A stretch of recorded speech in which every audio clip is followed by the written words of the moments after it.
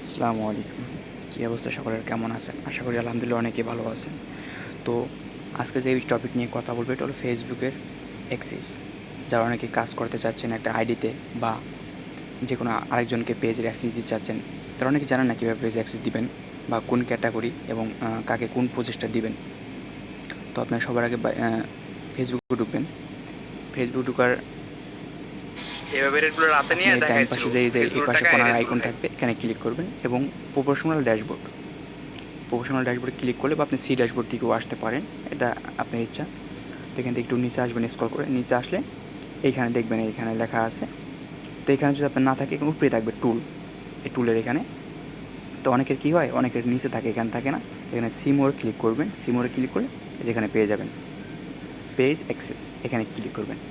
তো যদি আপনারা যদি চান যে আপনার শুধু ভিডিও আপলোড করবে, আপনার আরেকজন কেউ ভিডিও আপলোড করবে বা এমনিতে যাকে পেজ অ্যাক্সেস দিবেন, তো তাকে নিচেটা দিতে পারেন।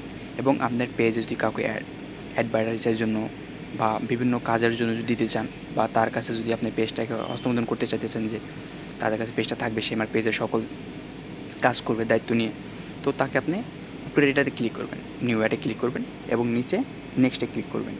এখানে ক্লিক করার পরে এখান থেকে আপনি আপনার যে নামে অ্যাক্সেসটা দিবেন, ওই নামটা এখানে আপনি সার্চ বারে সার্চ করবেন। যেমন আমি সাধারণত একটা নাম দেখাইতেছি, এখানে আমি এই আসতেছে না, তো এরকম সার্চ করবেন।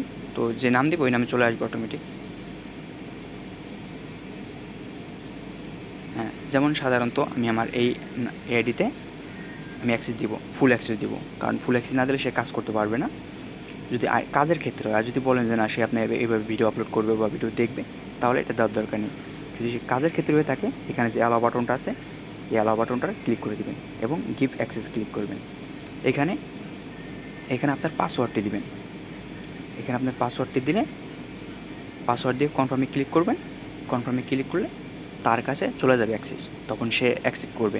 এবং এখানে কিছু ক্ষেত্রে হয় কি, আপনার এখানে একটা নোটিফিকেশন কোড চাইতে পারে। যেমন আপনার হয়তো জিমেলে টু সেট আপ যদি থাকে, আপনার জিমেলে বা আপনার ফেসবুকের ভিতরে আসবে, বা আপনার মেসেজে আসবে, বা আপনার হোয়াটসঅ্যাপে আসবে। তো এক্ষেত্রে আপনাকে এই কোড দিয়ে দিতে হবে, তাহলে তার কাছে চলে যাবে অ্যাক্সেসটা। সে তখন আবার নোটিফিকেশনে যে সে অ্যাকসেপ্ট করতে পারবে। ধন্যবাদ।